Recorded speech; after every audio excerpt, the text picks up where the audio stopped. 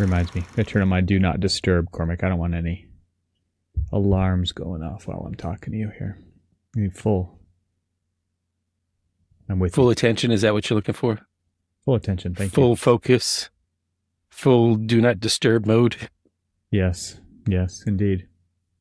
So yeah, I've been through like all of this, redoing everything in the office, rearranging everything. I still am at the point, not to the point where I'm going to be doing the full purge of stuff. Like I still am just rearranging, but for like the last year and a half, I've been, letting my subconscious work on what the space is going to look like. And so I've been buying things as they're on sale and stashing them in the garage.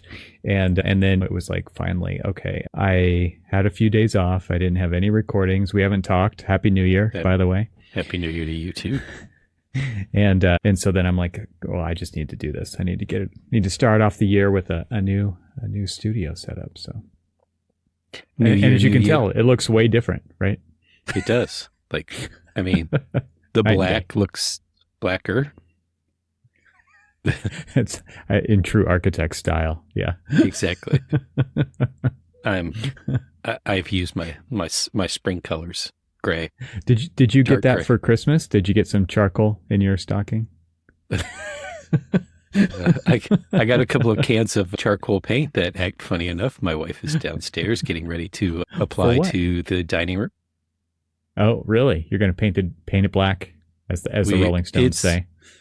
It's not going to be. It's sort of along the lines of this color of my sweater. It's not a true black or anything. But it is. We decided we were going to go bold. Okay. And although I could not convince her to paint the ceiling as well, and if go like full bold, like a lot of. Is that what it is? Is black bold? Is charcoal bold? Well, this is. I mean, it's a bold color. That's why architects wear black, right? They're bold. Yes, yeah. And once they're done painting, I can in the sweater that I'm wearing right now, I can lean up against the thing and disappear. It'll just be a head sitting there floating. I've been like that a few times in here. I'm wearing like a black shirt, and all you can see is a floating head. It's me. So you have a keen eye because you're an architect, but my lighting is actually swapped. So my main light's over here now. The fill light's over there now. So obviously you already knew that though. So big change. Oh, of course. Yeah. I mean, the way that for me, screen wise, your right side is glowing much more. Right. You're glowing, Evan. That's just my new me glow that you're seeing. There you go. Yeah. 2 years, I guess it's 2.5 years in, and we still have that big laundry list of things of like each room. And there's a list on the side of our refrigerator, and we had some people over and they just started reading the things out loud. And I'm just like, please stop. It's just, you're like, yeah, I know. So this is one of the things on the list is this office, which I got for Christmas a 22-foot ladder. So apparently that means I have some things to do up high. Did it come with an insurance policy? Yeah, well, no. It was one of those ones with like the flared bottoms, flared tops and stuff. So you got your bell bottom ladder. I'm pretty sure you remember that I am not the fan of heights. Yeah, that's true. So somebody else bought a ladder for you just to force you into the, like, now that you've got the ladder, you can't say no. Well, I bought the ladder because you bought it for yourself for Christmas. Yes. Well, it was because this year last year I borrowed the neighbor's ladder. The neighbor was out of town this year, and so I couldn't borrow their ladder. It's great when you have a neighbor with stuff. You don't need to buy it too. Jeez. Couldn't put up all of the Christmas lights the way I wanted to, and so I was just like, I just need to go ahead and bite the bullet and get the ladder. Have you heard about these? I mean, I'm sure you have these Christmas light installation services these people do. And I heard on another podcast that they were multiple thousands of dollars, at least in the location where where this person was. And I was like, wow, that sounds like a pretty lucrative business, better than architecture. So we've got those services around here, and big houses out overlooking the lake, and you can clearly drive past them and see that those are the couple, probably tens of thousands. There's this one tree. Every season, $10,000. Could you imagine spending that to get we actually have applied? I honestly wish that I could show you this guy on the corner, not in our direct neighborhood, but there's a guy who his house is overlooking the lake, and he puts up lights. And now we're not talking about, this is no like half measures. This is full on, full bore for 4th of July, for Halloween, for Christmas. And wow, we're talking a different setup. A different setup each time. Wow. And not a small house and not a small display. It is a massive display and a lot of lights. We're talking, actually, my daughter, as we were driving past it to see the Christmas extravaganza that he had out, she had said that puts Clark Griswold to shame. She was like, that's the house that Clark Griswold wishes he had. Oh man, and that your daughter knows who Clark Griswold is pretty triumphant on your behalf. That's and cool. He uses it in a sentence that correct context. In proper context, yes. Man, there's so many good one-liners from that movie that we just can't say on this podcast. Yep. Something's full. Yeah. And I'm pretty sure everybody who's listening knows exactly what we just said. What do you got there? What's your beverage of choice today? Water with ice. I got myself some ice, but I have fizzy water, and I have a lemon in there too. Ooh, look at that little pop of color. I got my fancy water. I got my fancy water. I do have. It's like a party in your mouth, Cormac. I do have lemon in mine because I just want to keep scurvy away. Because it's a threat. Imminent threat over there at the you never know. household. You never know. So should I do the reveal? Do you want to see the new background? So like I've always felt a little jealous of your fancy background. You got propaganda wall. You've got fancy cameras hanging back there because they're hanging up because you don't use them. You got artwork. What else you got? What else you got back there? AIA awards. And look at you. Award-winning architect. Yet another award-winning architect. Yes. And you've got like your the crazy hair and the thick rimmed glasses and the really dark turtleneck. And then you've got don't you have like all your conference badges, which is just you're definitely a hoarder. That is level. All this one right here is can't hear you. You got to get your proper mic technique there. You got to aim. There you go. I'm going to lean back here, and all of these, for some reason, my autofocus is not working right now. But all of these are all of my my bling, my flair from all of the multiple conferences that you and I go to on a yearly basis. Nice. And then I've just got like you said, like architect black background. It's distraction free. I'm about to change that though. Are you? I'm going to change that. I was going to go with like an off angle background, but I just couldn't figure out how to make it work in here yet. Maybe it's just a yet thing. Maybe this will go through another revision at some point here, but all right. You're going to have to play the Jeopardy music while I do the reveal.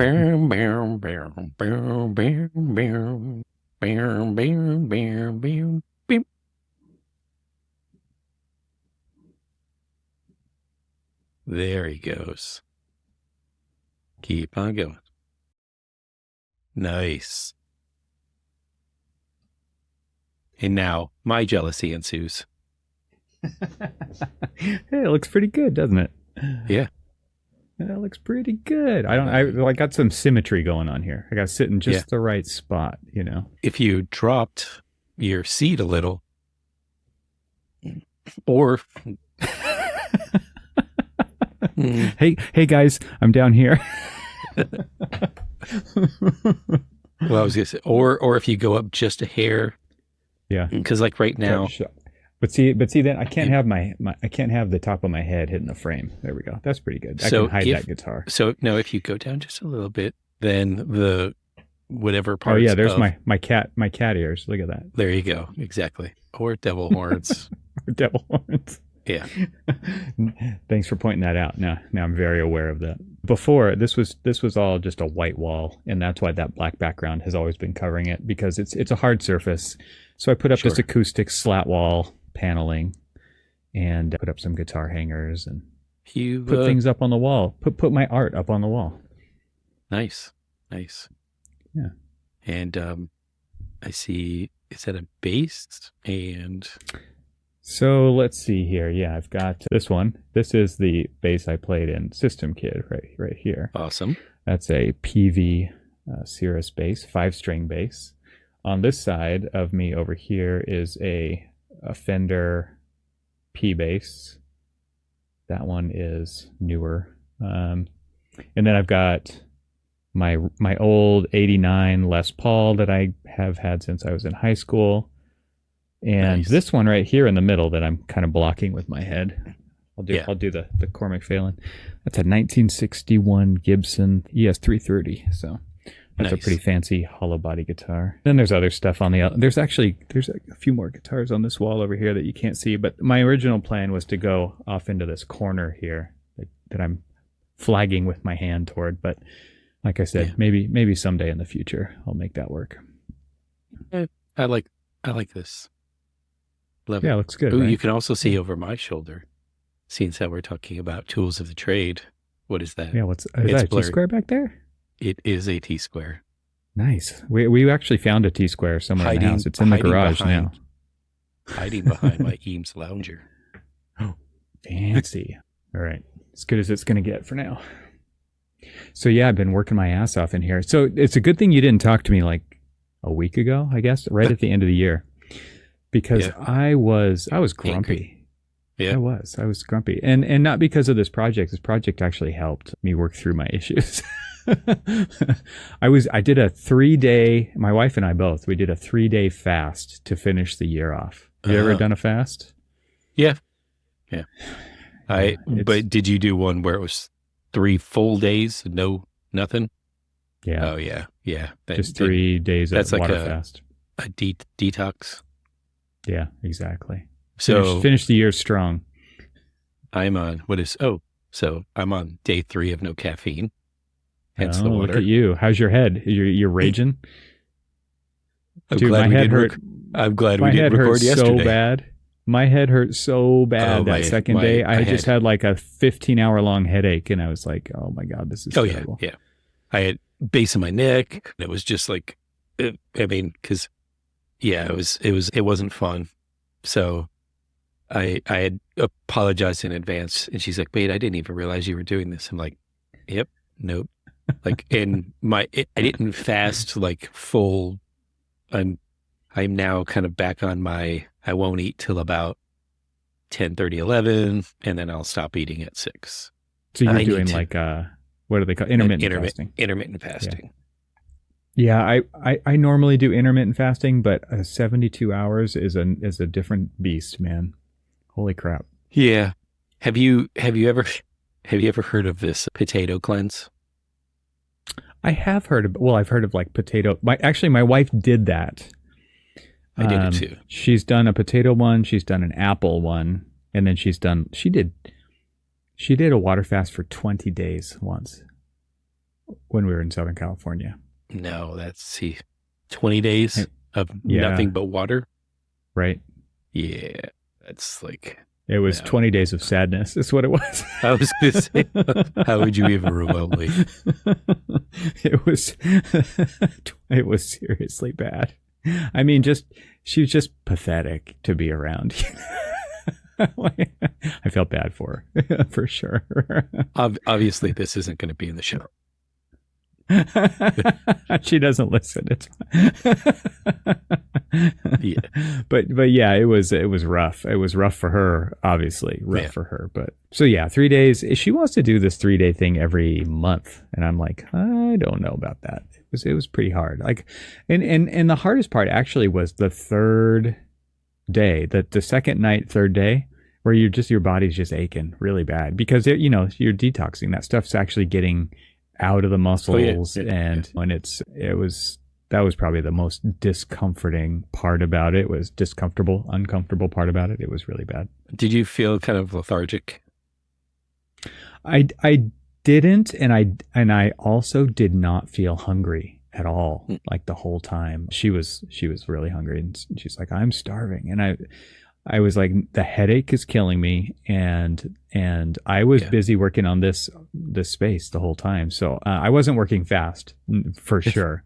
I wasn't working at my normal pace, but it was like, it was fine. I had the time, and I didn't need to go fast anyway. But so I was operating power tools and such, and playing with electrical. But I have to say, like, the worst part was at night. That second night going into the third day of just like the aches. It was just, yeah. So I mean, I think the fast did its job. It did I think that it serves a purpose. It's really good on a number of levels, but it's not easy. Yeah. We've conditioned ourselves 3 meals a day and all this stuff. Yeah. And mine was going into the end of the year, just kind of like the race for things, a lot of caffeine, it's getting kind of a lot of heartburn, a lot of like just actually chest pains. I'm like, you know what? I would like to really live through this. And so I was just like, all right. And I woke up and I'm like, it's got to be cold turkey. Now I don't know if like the coffee's gonna, like, for now it's just detoxing it out, but also detoxing. Like, I fell back on the wagon for soda. It was like, for a long time I wasn't drinking soda, and then I gateway drugged that into like, having a lot more soda and stuff. And so I was just like, now I've gotta get all this stuff out of here. I mean, listen to people way too many people my age, since I am a little older than you. You're my senior. Yes, I am. Just having health issues. I mean, somebody that that I know, try not to give away any or anything like that, but like, their wife, younger than me, maybe 2 years older than you, but younger than me. And she had like a massive heart attack. She thankfully lived. But it was just one of these things. It's just like, and it happened while she was at the gym. Oh, so, wow. Bummer. You're just trying to do something right. Trying to do something right. And body said, well, I've got other plans. And so, this isn't the only person that, of my age that I've heard having massive heart attacks. And I'm just like, I mean, it doesn't run in our family, but here I am, like, pounding caffeine like it's nobody's business, freebasing it. I mean, caffeine is literally a drug that was designed to, quote unquote, make people more. I mean, it wasn't designed for this, but it's been used in the way of just making, corporate America has instituted more it as compliant. As an IV for productivity, right? I mean, it's like it really changed things in the 50s, right? When it came on the scene in business, because before that, it wasn't like there was a coffee pot on all the time everywhere. Oh yeah. Right. Yeah. Think about like some of the perks that firms are actually, and your old firm was one of them. And in fact, actually, it was one of the first ones that I saw. And then you and I went and visited a firm in New York City when we were there. And right. They've got like a coffee, like cold brew coffee tap and all of these other things. And everybody's looking for these perks to keep us caffeinated, to keep us compliant. We will work. We will click faster. Work harder, click more faster. Right. Yes. So yeah, I don't blame you for wanting to stay away from that for a while. It's good to reset. And like your adrenals are just going to be completely fried if you don't. And then you're setting yourself up for long-term pain, adverse effects for sure. Yeah. And you know that I don't drink coffee like you do, whereas you How's mostly that? drink it black. I use it with heavy cream, heavy sugar, and stuff like that, Mm-mm. which is not good in its own right. So, there's that, all of that, just kind of like detoxing of all of that too. Yeah. Right. And trying to get like I don't know if I have a blood sugar going on, but I can only imagine with as much coffee as I was drinking, with as much sweetener in it as I was drinking, that, it didn't help. And a lot of those sweeteners are just infused with crazy chemicals, like those Coffee Mate liquid hazelnuts and vanillas and chemical. Exactly. Having there's the a lot of conversation stuff in those. Yeah, having the conversation with my daughter that the need for eating clean is what we should be looking at. I mean, it doesn't necessarily mean that you have to like overall change your diet, other than the fact that if it looks like a chemistry set on the back of the package, then it's probably not something that you should put in your body. Let's take a short break from the conversation to tell you about today's sponsor. Not long ago, we started hearing about a company helping firm owners build effective remote teams. When we looked into it, we found World Teams, a company that specializes in helping smaller architectural practices set up skilled and reliable remote teams.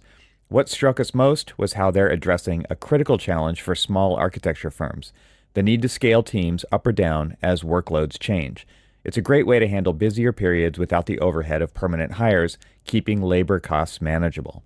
World Teams is designed with this flexibility in mind. They're a lean, high-impact company that connects architecture firms with talented remote professionals, saving the hassle of endless resumes and interviews. Plus, they operate within your time zone and prioritize near-native English speakers, ensuring clear and effective communication with your team members. Their flexible contracts allow firms to adjust team sizes as project demands change. You'll be connected directly with these skilled professionals, building trust and collaboration while reducing operating costs without sacrificing quality, a win for any practice looking to expand intelligently. If you want to hear more about World Teams and how they can help your firm grow, visit worldteams.com/hire-top-talent. That's worldteams.com/hire-top-talent, or you can click the link that we've provided in the show notes. So once again, follow the link in the show notes or go to worldteams.com/hire-top-talent. Thank you to World Teams for helping make this episode possible. And now, back to the conversation. Well, so what's going on architecturally? I think you've had your final reviews and did your grading. I'm sure you had a lovely holiday getting all your grading done. And I always hated that part of teaching. It's just such like you already had a huge crunch time working in the office at the end of the year. And then you also decided to teach last semester. And I'm sure there was a bit of a learning curve to that whole process. Like, can you talk about what you had to go through at the end there? Oh yeah, total learning curve. Because one of the interesting things is, and I don't know if it came on the heels of having to do a handful. I had to do a handful of staff annual assessments, and so I was already doing grading on a professional level anyway. So then I also had to do this for the students, and what was really tough was the fact that, and I think I talked to you about this, that it was a group project and there was a lot of students who were overworking themselves. And there were some students that weren't working as hard. And so, it's just like, how do you give a balanced grade to the overall group project, but also then recognize that some people did work more than other people did, and trying to, make it fair to the people who did a lot more work to try to do that. And so it was kind of interesting to go through that. Basically had a handful of notes that I took throughout the semester, but also throughout the presentation and observations that I made, to try to work almost like in a way, coming off of doing these annual reviews for the students sort of actually helped me out because here I am for professionals. I was writing reviews, and a lot of them were, they're project architects. And so I decided to do something completely different this year in the way that I did the review. And what I did was I basically said, okay, here is like the published standards of roles and responsibilities for a project architect at our firm. And here's how I'm going to review your performance throughout the year based off of that. And some people I told in advance that this was how it was going to happen, and some I didn't, because I was assigned them a little bit later. But what was good about that is I could take kind of like this very published metrics. This is the minimum. I kind of called them like, this is the code minimum of what you need to do to be a project architect. And what I did was I said, okay, here's where your strengths are. Here's where you need improvement. It wasn't strengths and weaknesses, kind of like, because we did have to do it as have you ever done those SWOT assessments? Okay. So, and that was how I was supposed to do it. But what I wanted to do was do it a little bit differently, where don't frame it as weaknesses, but frame it as areas of improvement, and basically talk to them about how they can improve, what we as a team need to do, not just, it's like, okay, here's what you're not doing, and go ahead and try to figure out how to do it. Nope, that's wrong. As I've been teaching, I've been learning that if I'm not very clear on the explanation of what I want somebody to do, if they've never done it before, how do I expect them to succeed at doing it? And so I was like, I have to be fair to them. And this is a way for us to somewhat start over and say, hey, okay, here's what your roles and responsibilities are supposed to be. Here's what you're doing really, really well. Here's what you're not. But it's not, your fault. It's ours. We need to plan a little bit better on how we give you more experience, so that you can work harder to master that. Because ultimately what you want to do is you want to grow, become a stronger architect, to become a project manager or a principal or whatever it is that you have aspirations for. But this is basically setting the foundations for the basics of what you really should know as an architect. And so that was sort of how I came at it when I was looking at the team. I was like, overall, the team project, strong, thinking about it as the ways clients don't care how a project gets done. They just want it done, right? And so if there's some people on your team, and this even, like I was even trying to explain to them, this happens in the professional world as much as it happens in school. Like there may be people who are not pulling their weight. It doesn't matter to the client. You still have to get that project done. And so there are people who at the end of the year will probably get rewarded with possibly a bonus or a better raise or something like that. Possibly, or a little pat on the back, attaboy, whatever. But Starbucks gift card. That Friday afternoon pizza party. Right. But what it helped me in looking at students a little bit more critically, instead of just saying, oh, well, you're a student, I don't really expect you to know all of this stuff. I looked at it as like, no, what I expect is that your active engagement in class, you being an active participant, because it is a team, and the way that we broke it up with the team chemistry is that each student had done some and I explained this before, but they did previous research, and all of those essentially became the subject matter experts, whether it was, construction or code or accessibility or other things. And so then we mixed them up and put them together in a team.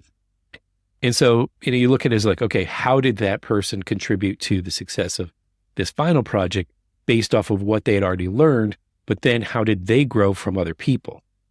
And it was an interesting way to look at it for me. And I tried, and I don't know if it sunk into everyone, but what I tried to do is explain to them that this is how you will be working for the rest of your career, is in a team, in a collaboration, whether it's as a sole practitioner with engineers and your clients, or as on a larger team where you've got other project architects that you're working with. project managers, project principals in charge, those kind of things, that you're always going to be working in some form of collaboration. So this is the time to learn how to start collaborating and working, because some people this is their senior year of their 4 years, not of their 5 or 6 years, but this is their senior year. And so this is closer and closer to that end goal of being able to graduate and go to college. Graduate and go to work. And this is the opportunity to learn how to work. Mm-hmm. Because a lot of times, how many times have you had fresh graduates or something like that, might have been their very first job ever? Or, they just worked on solo projects in school and never really worked on group projects or learned how to collaborate. And it was a struggle for, there's a handful of folks that I can remember that I've dealt with in the past that they struggled to work on a team or work together with other people because they didn't think that this is what architecture was about. Seriously? Or they hated it. They hated it in school, right? It. And so they're automatically kind of opposed to that style of work and asking questions, and they just go off and hole up in the corner.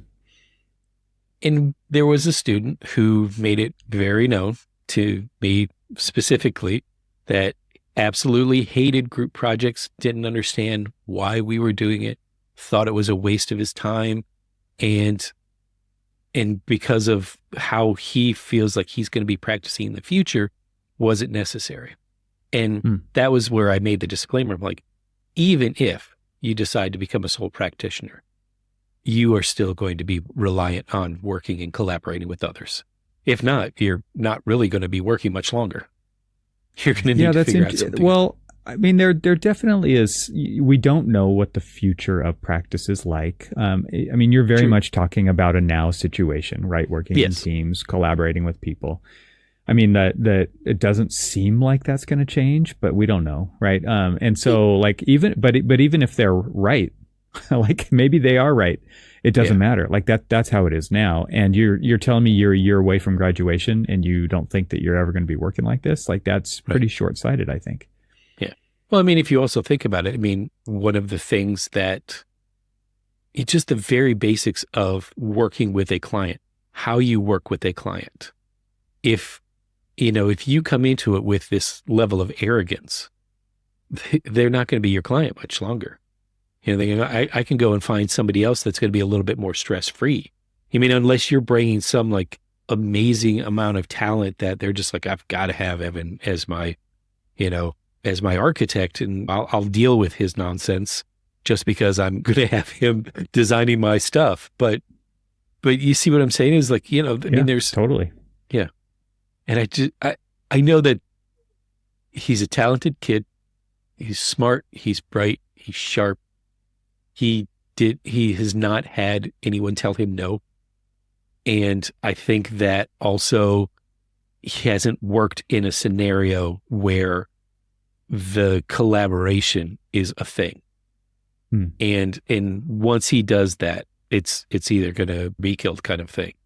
But I think that he's sharp enough that he'll get it. But I just think it's just one of these things that it was so very short-sighted of him to just say group projects don't make much sense, and why are we doing this? Because I'm not going to work in a group in the future. Like, whoa. Well, the first part he might be totally right about, right? I mean, in his experience, I mean, I think most of us have experienced group projects where they're just absolutely terrible, and usually that's under kind of this forced collaboration. Situation, right? It's not like you're not leveraging collaboration for the best outcomes. You're being forced to do it because it's a group project, quote unquote. Well, so let me ask you this question. So in I know our worlds are very similar in when you were practicing at a large firm, that not all the time did you have the choice of who was on your team. Not all the time did you ever have the choice of what engineers that you were going to be dealing with and stuff. Right. And so you, as a project designer, project architect, or project manager, needed to learn how to deal with all of them in a completely very political, very kind of, here's how we've got to figure this out. We're all on this adventure together, and we need to figure it out together, no matter what your no matter what this dynamic between us is, we have to work together because this is our charge. Yeah, I mean, on some levels, that also is still a forced collaboration. Absolutely.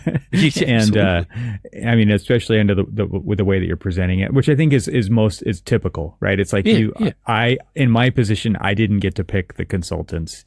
I definitely didn't pick the client, like, right? I probably didn't pick my own team members. And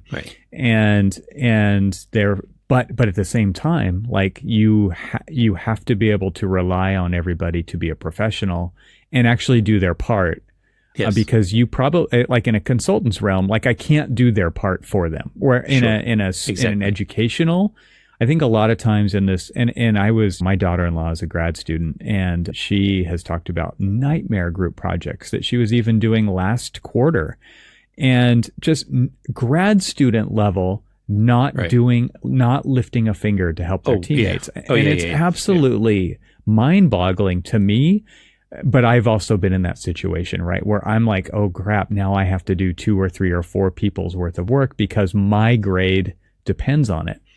The professional setting is, I can't do my structural engineer's work. I can't do my HVAC engineer's work, right? Right.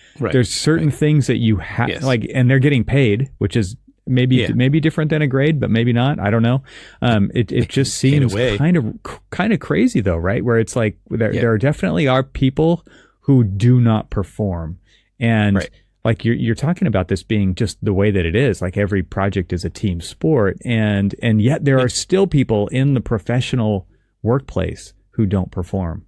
And and then what do? You have to find somebody to fill their shoes. You have to fire them. You have to find a new consultant.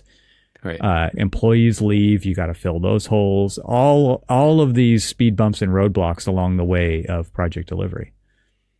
I remember on probably a couple of months ago, we went on an interview, and one of the things that the client had talked about was that in the past they've fired consultants, they fired architects, because of lack of performance, lack of understanding on how some of the process works and all of that other stuff.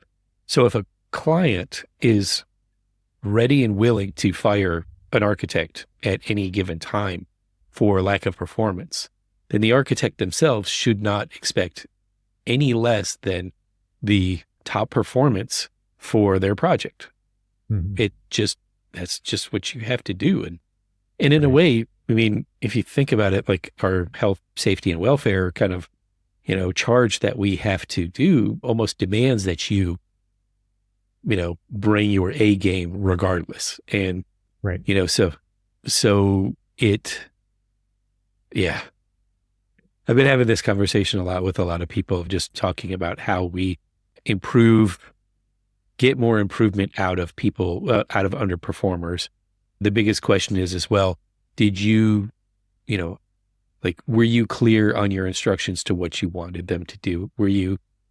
Are they new to the profession? They're new to the firm? Things that you've heard me say about how the responsibility does fall on them to a point, but the responsibility does fall on the leadership as well. Because if the leadership isn't clear on expectations from the jump, you're never going to meet the expectations. If you keep the expectations in your head, you're like, oh, Evan's just not performing the way that I really hoped that he would. And if I've never had a conversation with you on what my expectations of performance are, then I'm going to get what I get. And, I've had this conversation a lot. Of course, yeah. So I'm curious what the student thought they were going to achieve by telling you how much they didn't need to or disliked group projects. Did they think they were going to get kind of a buy? No, I think okay, you don't have to do it. I think it was, to set the stage, it was some inner group tensions that were going on, and it was just coming to a head, and I didn't recognize what was going on at the time. And I think I might have even kind of fueled it a little bit by just pressing them a little bit harder on what everybody's role was. Just kind of, there was a lot of outburst. In fact, I talked with our friend of the show, Kurt, who I was co-teaching with. I said, I think you might need to clean up a mess that I just made. And it wasn't, and I don't think it wasn't me. It was just, I happened to be the bystander that kind of was pushing them to kind of make decisions that I don't think that they were ready to make, only because they were so disorganized. And so I kept kind of like stressing them out about the fact that they have so little time to get it done. And so little bit of extra pressure. Yeah, my little extra pressure forced the did not situation help. to crack. Yeah, exactly. I think I just turned the heat up a little bit higher and sort of freaked them all out, and he just cracked a little. But what was interesting though is, because of the way that this school is structured as a technological school, there is certain expectations of knowledge that they're supposed to have above and beyond kind of some of the standard architecture schools, because you're almost creating practitioners out of them and giving them a level of understanding on how practice works. And I hate to say it more so than other standard architecture schools, but if you think about like your school or my school, where there was a lot of theory, there isn't as much theory here. There is theory. Let me restate that. There is plenty of theory, but there is also this onus of having to be more in touch with like nuts and bolts of architecture. And so I'm not saying that they're just creating like the technical architect, but they are expecting some level of technical understanding. And so there you have all of that pressure too, because you hear their final project is, and I was blown away by some of the amazing work that they pulled together. Some of the models, if I can get some photographs of some before we publish, I will put them in the show notes. But some of the models that they created, it's just, I'm thinking to myself, how much did you bleed on these? They're like, oh, I just laser cut it stuff. But it was just like some of the quality of the work that they pulled together was pretty amazing. And if they still were to do things like that, once they start gaining more and more knowledge of like systems and everything else, these models are going to be even better if they continue to do things like that. And they're going to be even more informative to the client as well. I mean, they did these great like quarter scale section models where it basically looked like a wall section. And so they kind of cut through it, and a few of them took it kind of like way above and beyond and 3D printed bricks and poured concrete. But when you looked at the section it looked like a wall section, and it was amazing, the quality of the work that they were doing. And we did the same thing, but at a much slower pace and probably not, I don't know how well it looked, but I mean, it was just they used actual insulation. They did a lot of things that it looked amazing. How do you go to Home Depot and just buy a little bit of insulation? Like you got to buy the whole giant bundle, and then you just take a little piece out of it. Yeah. I mean, there was a few that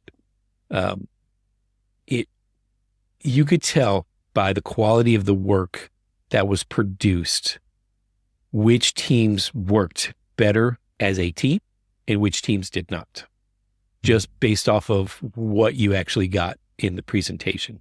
That final presentation, there were some that were lacking information, they were lacking clarity, they were lacking kind of like a full resolution. And then there were some that you were just like, yeah, I mean, this could legitimately be built when you've thought through everything. And it's a well-designed thing. And the way that they gave the presentation, and they were talking, and each person had a role to talk through, and you could clearly see how their impact on the project was.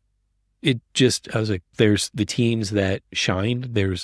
I kind of put it in a bucket of three. It was like the ones that worked fantastically together, the ones that were going to do a good project in spite of themselves.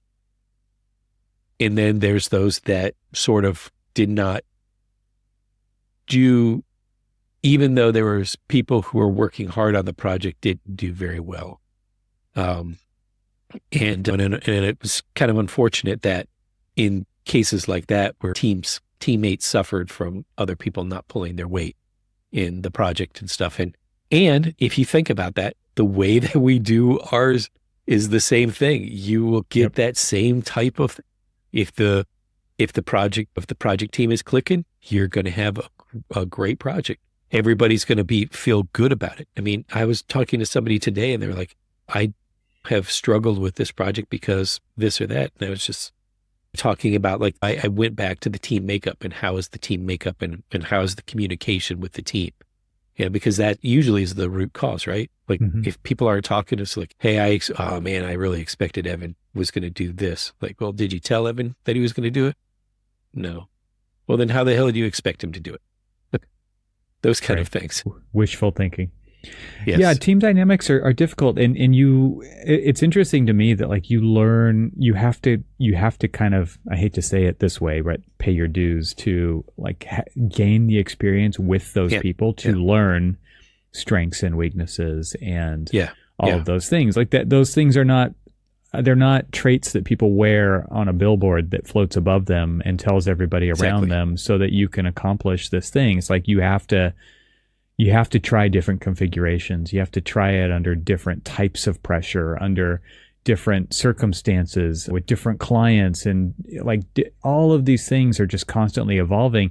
And I mean, that's also kind of what sucks about architectural projects too, is like repeatability is not a thing, right? Like you don't have the same client, you don't have the same project, you don't have the same team, you don't have the same building code, you don't have all of these things. Like every time it's kind of a different version of a similar thing, but it is different, right? And so I think part of that is like the students who were on a really great team, and you could tell, like, the next time, like, they're going to want to be on the team with those teammates.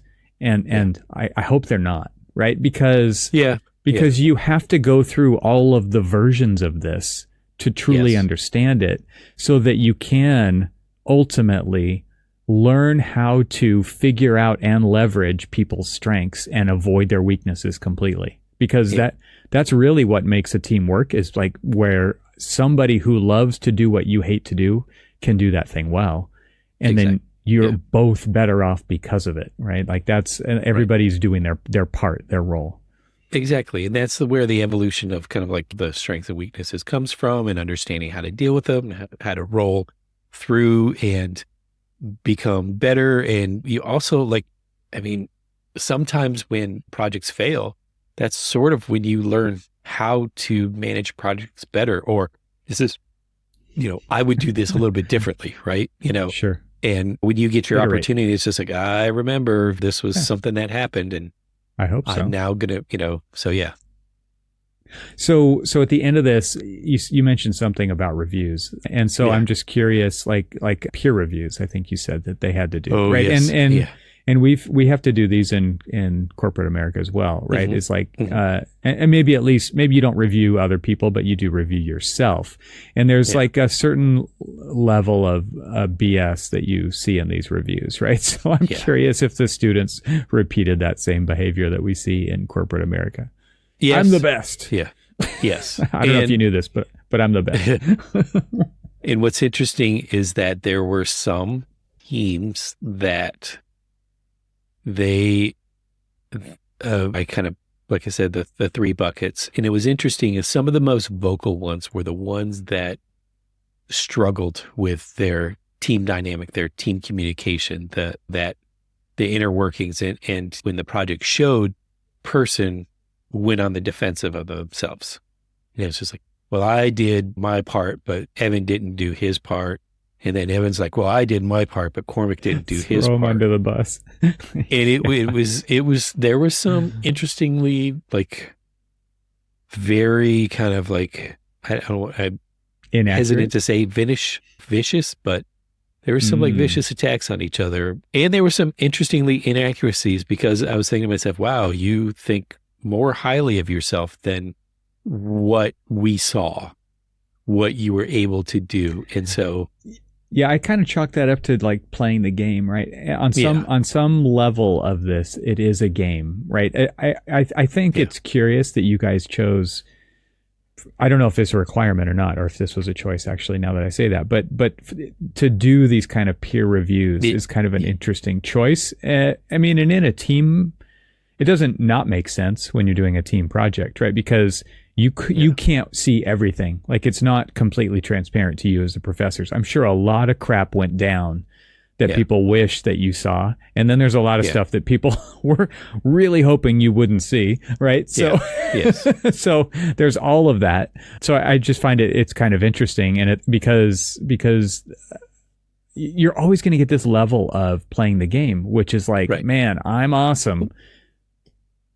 But the one thing that I hope comes out of this, and this is one thing that I sort of, unfortunately, because of the way that just the end of the year happened and everything else, we almost couldn't do an after action review with them, as to say, here was the learning objective, and here's how you either successfully navigated it or kind of faltered a little, and here's what you can do better next time, and just try to tell whether they're the strong team or the weak team what they can do better, not just as an individual, but as a team, to be able to kind of like lift each other up and actually like, work together and have those kind of communication or clarity. Maybe at the beginning of next semester, you need to like have this whole preamble. Right. Oh, yeah. It's like, honestly, here's how it's going to go. Here's how it's going to go down. And you read some anonymous, maybe you even embellish them a little bit, or you redact different pieces of it.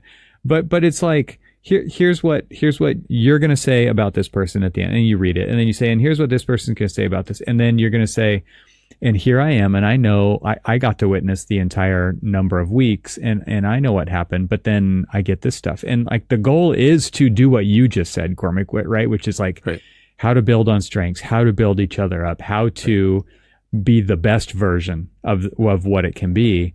And like, start with the end in mind, so that it's not like this thing that you had to go through at the very end, which sounds pretty terrible.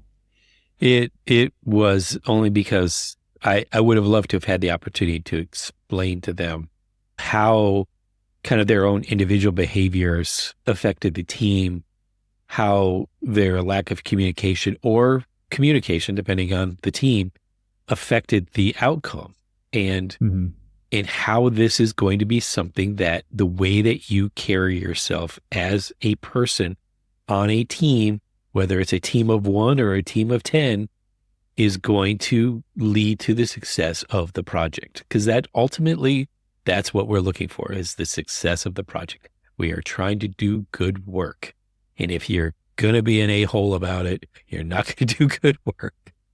I mean, even where you kind of started this out, when you talk about what they're getting graded on, it's like, yeah, your performance matters. And at the same time, what really matters is the level of completeness that the project comes in at, that meets, right? Like, that's what they're getting judged on. And I think it's really hard, especially, I mean, it's hard for professionals to do this, let alone students, but is to like remove themselves and their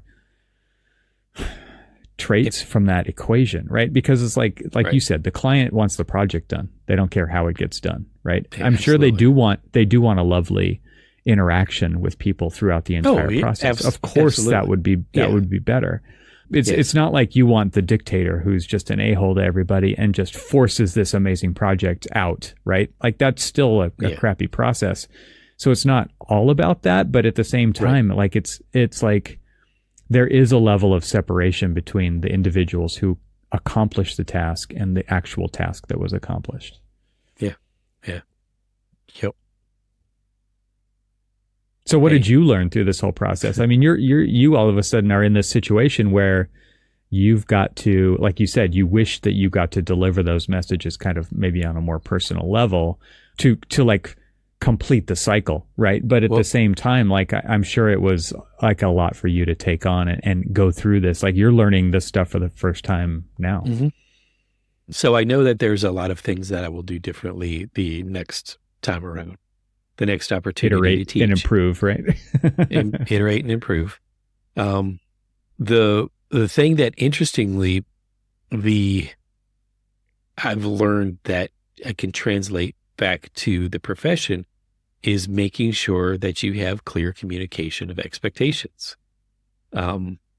Because here is a bunch of students who didn't really know what we're asking them to do.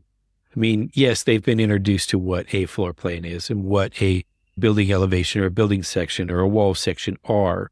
But when we're asking them to do all of this stuff as a composite, as essentially a design development type exercise, and it's an exercise that's a team-based thing, clarity of communication, clarity of expectations is key. And I've learned that I'm okay at it sometimes, and I could be improved in other times, and sometimes I'm even really good at it. But I think that for me personally, I took away is like, I need to change my consistency of how I communicate so that there is no questions, so that everybody understands and is clear in what they're actually doing. And so being able to do it at a level where they don't know what they don't know, because we talk about that all the time, and being able to like really explain to them what their expectations are. If I can successfully do that at like the student level, I should be able to successfully do that and should do that at the professional level, right? Because now you're dealing with trained professionals. Right. So it's something that like I've learned how to better communicate. I've also learned that I probably need to increase my professionalism in front of students. I'm still, still trying to crack the jokes. I mean, you want to have fun. You want to have a fun environment for sure. I mean, I think if it's, I mean, it depends on the course, right? But you're in a creative situation. You want people to be at ease in that situation, right? Yeah. And so that they can be receptive to what's going on. And at the same time, the stakes are high and you expect a level of professional output and all of these things. So it's like achieving that balance. But I don't know, jokes aren't bad. I mean, why did you get bad? Did you get feedback that said that you? I haven't yet. You were the class clown. Yeah, I haven't yet. I'm sure I will. No, I always try to break the tension with a little bit of humor, just because the profession is hard enough as it is. And for us to try to just like ease that tension, I'm here for the jokes. Yeah. I'm here for the jokes. I'm here for the jokes. Well, so what's your plan moving forward with this? Are you going to be teaching more, or what's the next? So I'm hoping, at the very least, I think I'm going to be doing the same studio next fall. I don't have anything coming up for the current semester, only because I was actually a late add to last fall. They had already started to fill all of the teachers for this coming semester. And so I hadn't been there. I hadn't been tested out and all that other stuff. So as long as they want me back, I think, our pal wants me back. And you were a good teammate. You were a good team member. I hope so. Pulled your weight. I feel like I was. Nice. Again, I learned a lot from them. I learned a lot from my fellow instructors. And the students, I bet. And the students. All of them are like Kurt and Mark, both of my fellow instructors. They very much have done this before and kind of have gotten into a good rhythm. And here I am, the new guy, just kind of like fitting in. I felt like I brought some good ideas of how to kind of like align it a little bit differently than they had done in the past. And all I can say is that there's room for improvement, but I think that I feel like I have earned that opportunity to do that. I'm just smiling because you just gave yourself a review. Yeah. No, I had to give myself a review at the end of the year, and then I had to review others. I did do like 4 peer reviews. God, those are hard. Yeah, they really are. Yep.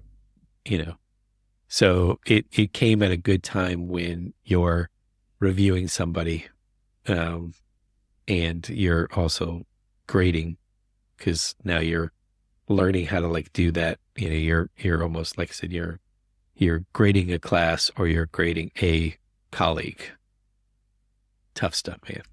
You just got to put yourself in a completely different mindset. It's like a mode of work. Yeah. It is. Yeah. It's a different. Yeah. Yeah. It's a different thing. It is. It is.